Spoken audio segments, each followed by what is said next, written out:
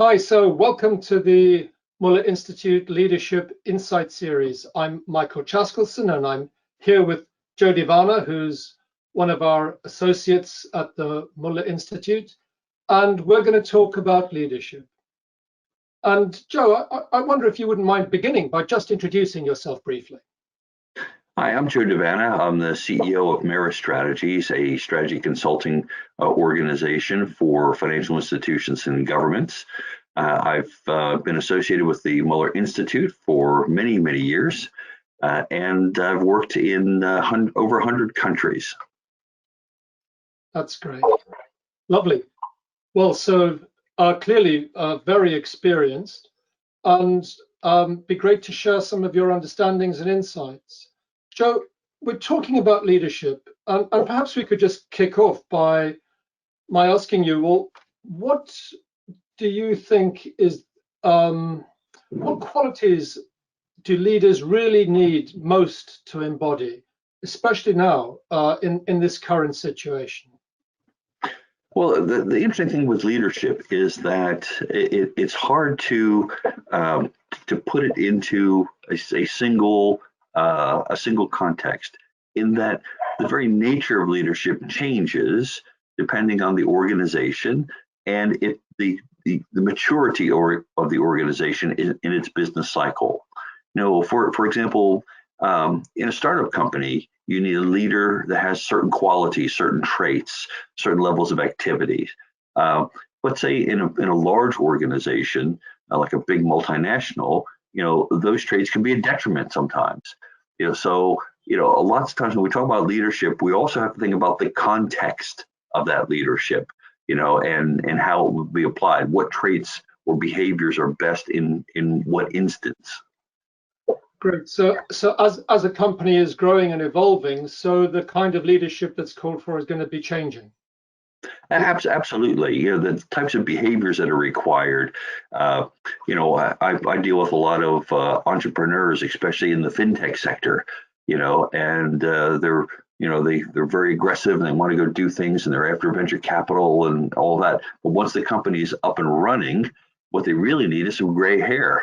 You know, someone who understands cash flows and, you know, how to manage a business. You know, so the nature of leadership has to change as the organization matures and as the organization's goals and objectives change.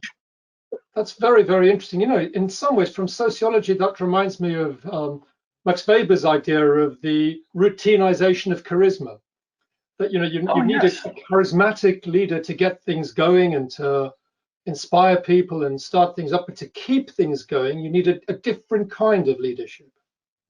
Yeah, absolutely. You need to look at the leader's behavior.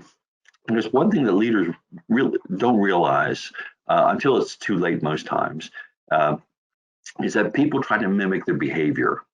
You know, if you look at how a leader exhibits him or herself, you know, people will try to copy that either consciously or subconsciously. You know, I noticed in a lot of organizations, you know, how the leader dresses, it influences behavior. You know, so we used to have casual Fridays. Now some companies are casual every day, you know, type of thing. And that's really starts with the leadership and works its way down.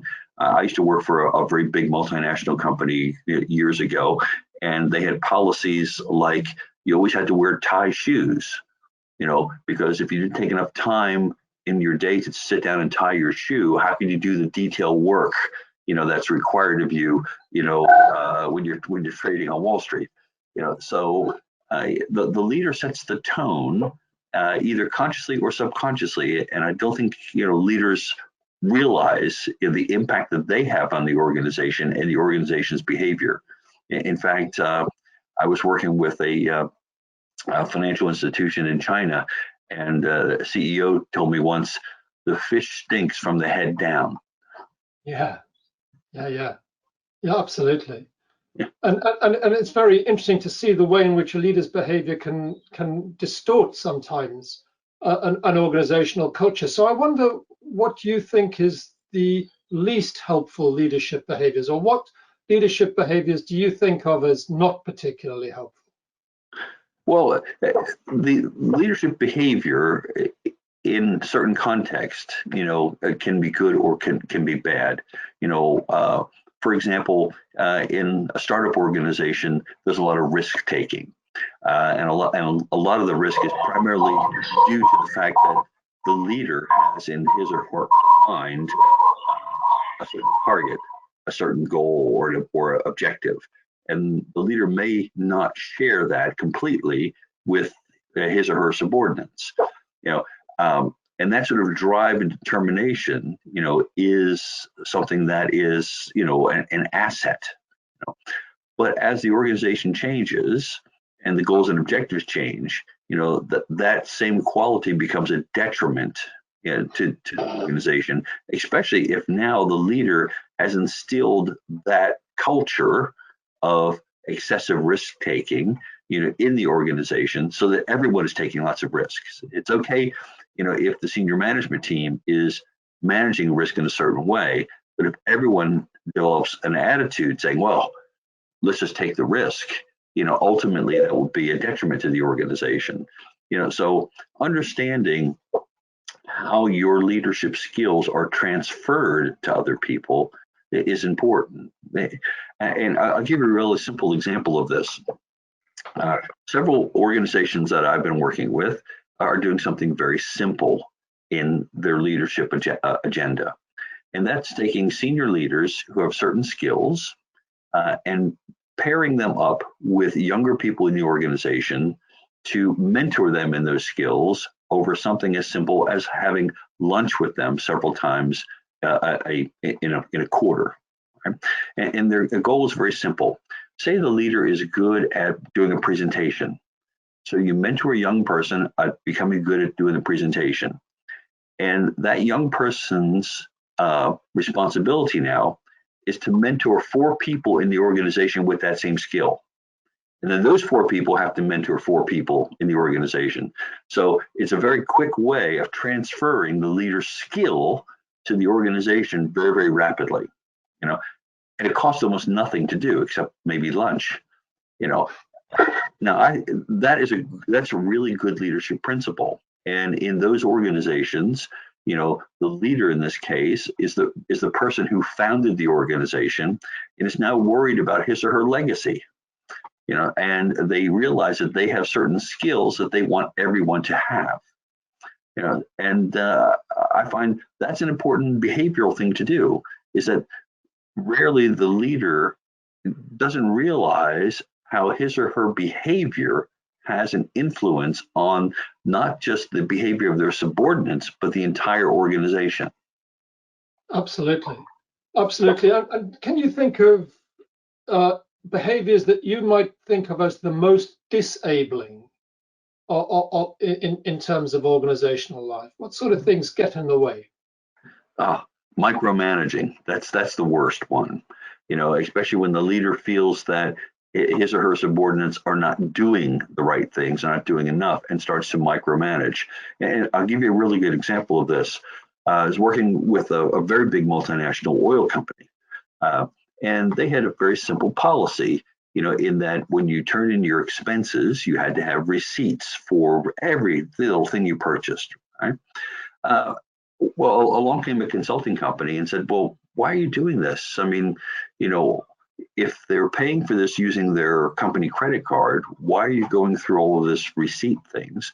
Why not empower them so that if you are purchasing something that's less than $50, you don't need a receipt? They said, well, how do we know that people aren't stealing from us? I said, this senior manager is controlling a budget of $7 to $10 million. You can't trust them with 50, then you've hired the wrong person. And it's little simple things like that, which is what we normally call bureaucracy. In fact, what I've been doing with a lot of senior managers today is I ask them a very simple question: do you have bureaucracy in your organization? They said, oh, yes, we do. I said, who manages it? Do you have like a vice president of bureaucracy? They go, well, no, of course not. I said, well, how can you have a business process within your organization that no one's managing? Bureaucracy is human nature. I mean, we tend to make things, more complex, not for the sake of making things more complex. It's because we are trying to protect the organization from the people that we've hired. I don't know if you remember, Michael Porter from MIT.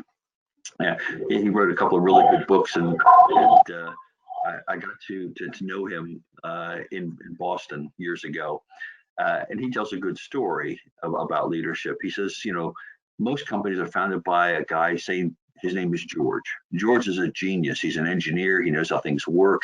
He made the company, and he's really has all the skills you need to start a company. The second person that they hire is a guy named Bubba. Now, Bubba's an idiot, but Bubba works really cheap, and we want to keep our costs down. So when we design computer systems, we design them so Bubba can't hurt anything. We put all these controls in so that he can't accidentally make mistakes. So what happens is the third person the company hires, instantly gets dumbed down to the Bubba level, because the computer systems are designed for idiots not to make mistakes. And we should be designing computer systems for George, so that we upgrade everyone's skills to have more CEO-like behaviors. Yeah. But the organization always develops policies and procedures to dumb down to the lowest common denominator in the organization. That's how bureaucracy flourishes, is when we do that, is when we create this environment where, the people of the world can't be trusted to do their job. Oh, lovely. Yeah. So micromanaging is one of the big sins in leadership. Do any others come to mind while we're here before we move on? Well, I find a lot of times when the senior team has certain behaviors which they need to have on a personal level, but don't really need to sort of share that with the organization. For example, a lot of very senior bankers have certain behaviors, such as driving really expensive cars, having a very lavish lifestyle, and all those kinds of things. Employees look at that and say, wow, look at the kind of bonuses they're getting. I'm working really hard, making, very low wages, and the senior team is making, serious money, that type of thing. Flaunting that serious money, is not good, and it really acts as a negative in the organization over time.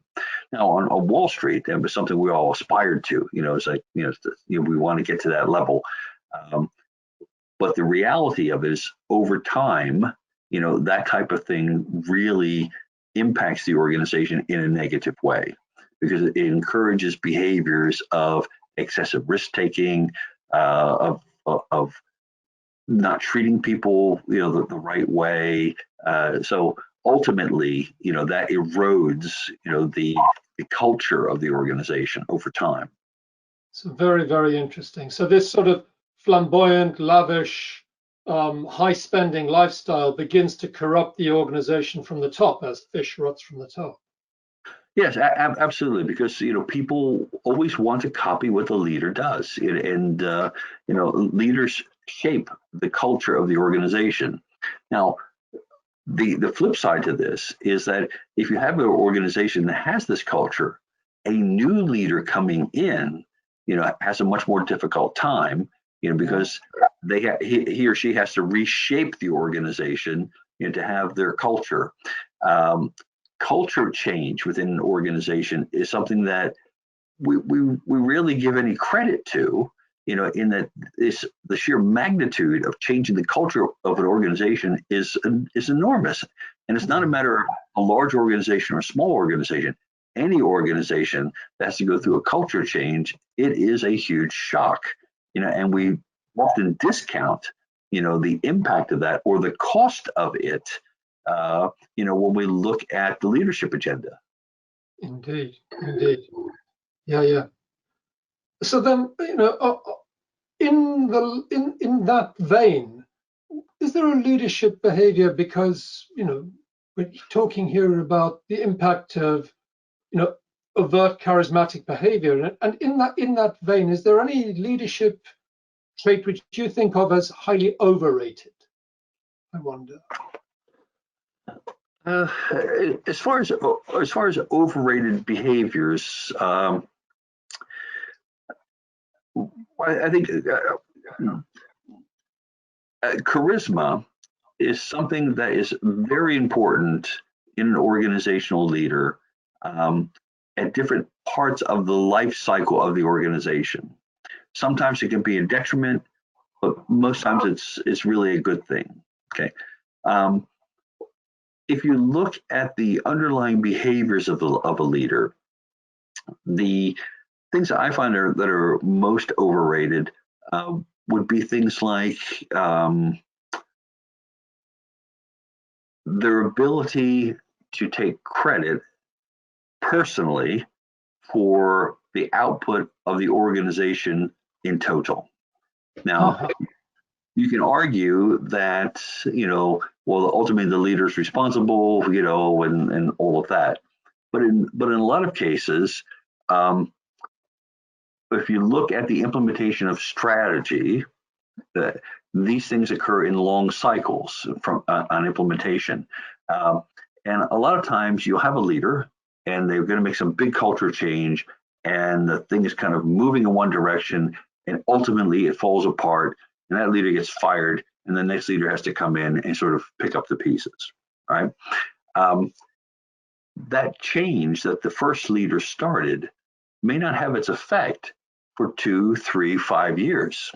Now that person's gone and the other person comes in, and if that change really worked, the second leader gets all the credit, even though they had nothing to do with it. It's like watching the U.S. presidents.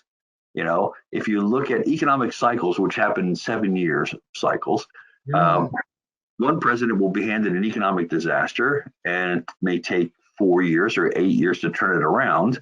And then by the time the next president comes in, they get the credit for, economic growth and stock market going up and those kinds of things, which they had nothing to do with whatsoever. They just happened to be at the right place at the right time. So if you look at leaders today, understanding culture change is one of the big things which we sort of underrate all the time. The ability to kind of influence that and make it happen. Absolutely. And the capacity to bring about a culture change is massively underrated. I mean, it's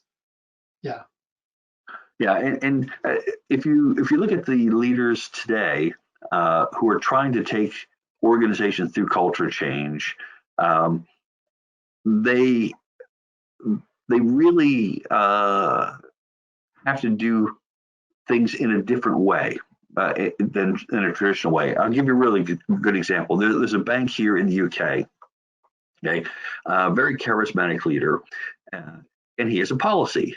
Every week at Friday at noontime, he leaves his office and he goes and visits a branch of the bank with one purpose: to walk around and shake employees' hands. Hi, I'm the CEO of the bank. How are you? How are your family? Tell me a little bit about yourself and all that. And that's all he does. He spends 3 hours on Friday and walks around and meets people. You would not believe the impact that has on morale. A person will go home and tell their spouse, the CEO came and saw me today and asked me about my family. A huge impact. And what does it cost? It costs him 3 hours a week, which he could have been in meetings. He decided that's what he's going to do. And I think it's little things like that, that have huge payoffs in the end as far as culture change and getting people to behave in a different way. Absolutely. And then, sort of building on that, who might be the leaders today? Which one leader perhaps do you most admire or think you might wish to emulate? Who comes to mind there? Oh, this is a tough one. I would say the one leader that I really admire, only because I've spent quite a bit of time there, is Sheikh Mohammed down in Dubai. Oh yeah. He has a very interesting leadership style where he has empowered a lot of people around him, and he sort of doesn't take no for an answer. It's not part of his vocabulary. You know, he puts certain goals in place, and then he looks for ways to make it happen. He doesn't want to hear the 50 reasons why it won't work. He wants to hear the one reason that how it can work. You know, and that's a very interesting leadership style. If you look at how fast things have been built in Dubai, it's not because of bureaucracy. It's because the leader there kind of set a certain agenda and got things moving in a certain direction. I was in Dubai just before Christmas last year, and it was a very interesting sign in the airport that they have built 938 skyscrapers since 2000. If you think about that, that is a complete skyscraper every 3 weeks for 20 years. I mean, it's amazing. That's absolutely amazing. You know, what kind of leader does that? How do you move an entire nation, to have that kind of entrepreneurial spirit and kind of look at building things like that, So I think he's one that, I've read a lot about him over the years. I've sort of been in and out of Dubai for the last 20 years a lot and see cause and effect. If you look at where Dubai is today, that image was in his mind 20 years ago. And I think that is an amazing thing to be able to have that kind of vision and to be able to stick to that plan and think about how the world has changed in the last 20 years. He had to anticipate a lot of things. And the thing that I think is important to understand about how leaders think and how sort of leaders look into the future, you can tell the same story with medieval masons. If you go to Canterbury Cathedral and look at the building from the south, looking towards the north, the building tells a story. Okay, a medieval builder knew that technology would get better over time. So as technology advances, the walls of a cathedral will become thinner, the windows will become bigger. So if you look at the cathedral, which was built over several centuries, you can see that the composition of the windows and the walls change over time. Yeah, and they could see this in their mind. And they didn't know what the technology would be in 200 years, but they knew that they had to anticipate that change in technology when they laid the foundation of the building. Yeah, and what we find is that leaders need to have that kind of long-term vision and to be able to see a future. And I think the most important thing that a leader brings to the table is their ability to have this vision and then look at external things that are happening in the world around them and give the organization clarity and context. And I think that's the most important thing. People are looking to the leader to tell them, oh, we're having an economic crisis. What does that mean to me? What does that mean to my organization? The leader is the person who interprets these things, these externalities, and helps the organization adapt and change to the changing environment around them. And I think that's the most important thing that leaders do. And if you look at Sheikh Mohammed, that's exactly what he did. As oil prices changed, as the political environment changes in the Middle East, he's adapting all the time, but he's still keeping to that vision. It's like steering a ship. He wants to go east, and the tide and the wind is going to blow him off course, but he keeps making course corrections to get to that endpoint. I think that's something I really admire in a leader, is their ability to stay the course and make these corrections and adapt as the business conditions around them change. It's lovely. So you're right, to have a vision, to set a course, and to adapt and change as conditions around you adapt and change, and to continue to express that vision and get people to understand it and work towards it. And I think the real key there is the leader can't do all of it. The leader has to empower people to make these adaptive changes. The leader has to give them the rules in order to have a certain behavior. And if you think about really great leaders, what they do is they don't define all the little tiny rules. They define the parameters, the boundaries of behavior. And what you do inside those boundaries, that's what innovation is all about. That's what entrepreneurism is all about, all of that. The leader sets what the boundaries of behaviors are, but inside of that, he wants his people to, he or she wants their people to do things because we've hired them to do certain things. Yeah, lovely, great. Well, thank you very much for that, Joe. That's been very enlightening and very interesting. Leadership is something that I think now in the 21st century we're going to see people, have a different kind of leadership style, simply because the rate of change is happening much faster than it did in the 20th century.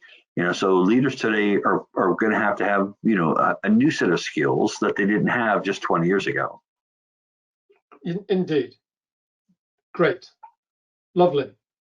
So thank you for that. And that sadly brings our conversation to a close, time being what it is.